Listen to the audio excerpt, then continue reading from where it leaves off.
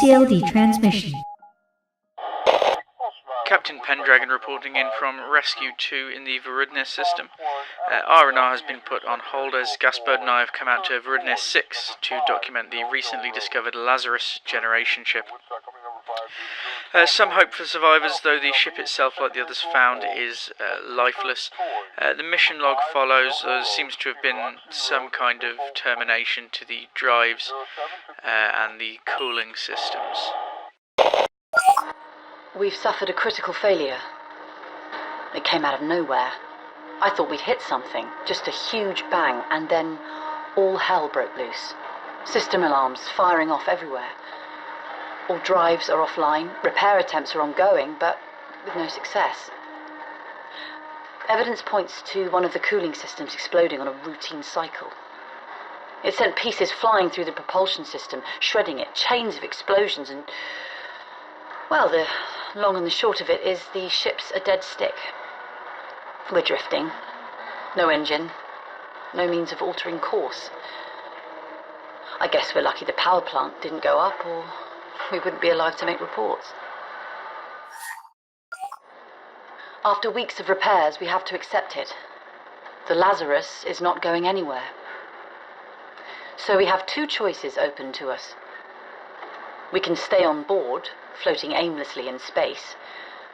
There are enough renewable resources for generations, but it's not an infinite supply. The Lazarus wasn't a top-of-the-line ship.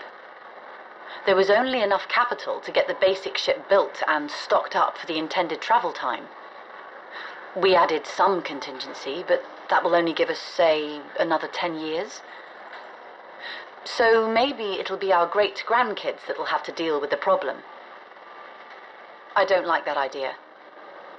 I couldn't bear with it being another generation's problem to solve while we use up all the resources. So that leaves option number 2. We harvest the ship and build as many usable lifeboats as we can. This thing was designed to be dismantled to make our settlements when we reached our destination. Once we have all we need from the ship, we should be able to reach a planet, as long as it's not too far away. We've done some scans, and there are habitable worlds in the region that we can aim for. It'll take months, maybe years, but I think it's the best option. After all, we have the time, and giving people hope is a powerful tool.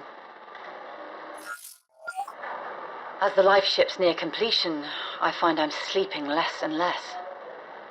I tell myself that it's nerves or excitement all we've achieved. But those are just the lies I tell myself to keep going. The real reason I can't sleep is that I know what's to come. Even with the rules in place, we've seen population growth. Unlicensed births are increasing as people see the light at the end of the tunnel. I knew hope was powerful, but I forgot it can also blind you to the truth.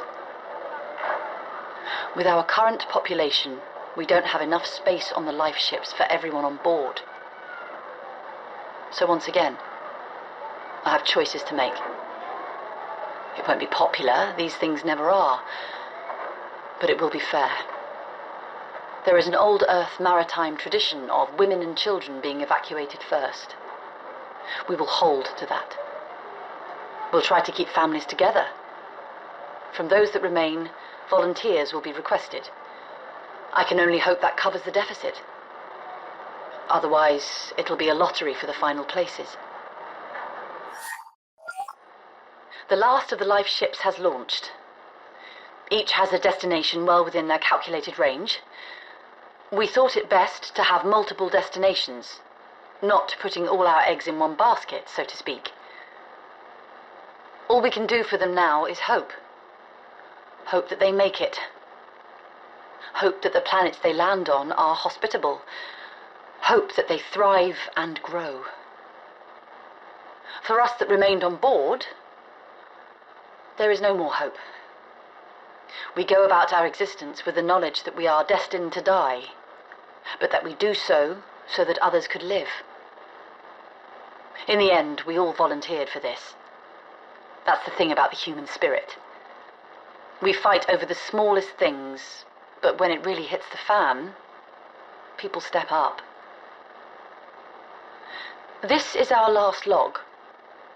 I won't document our demise. This is not our story anymore.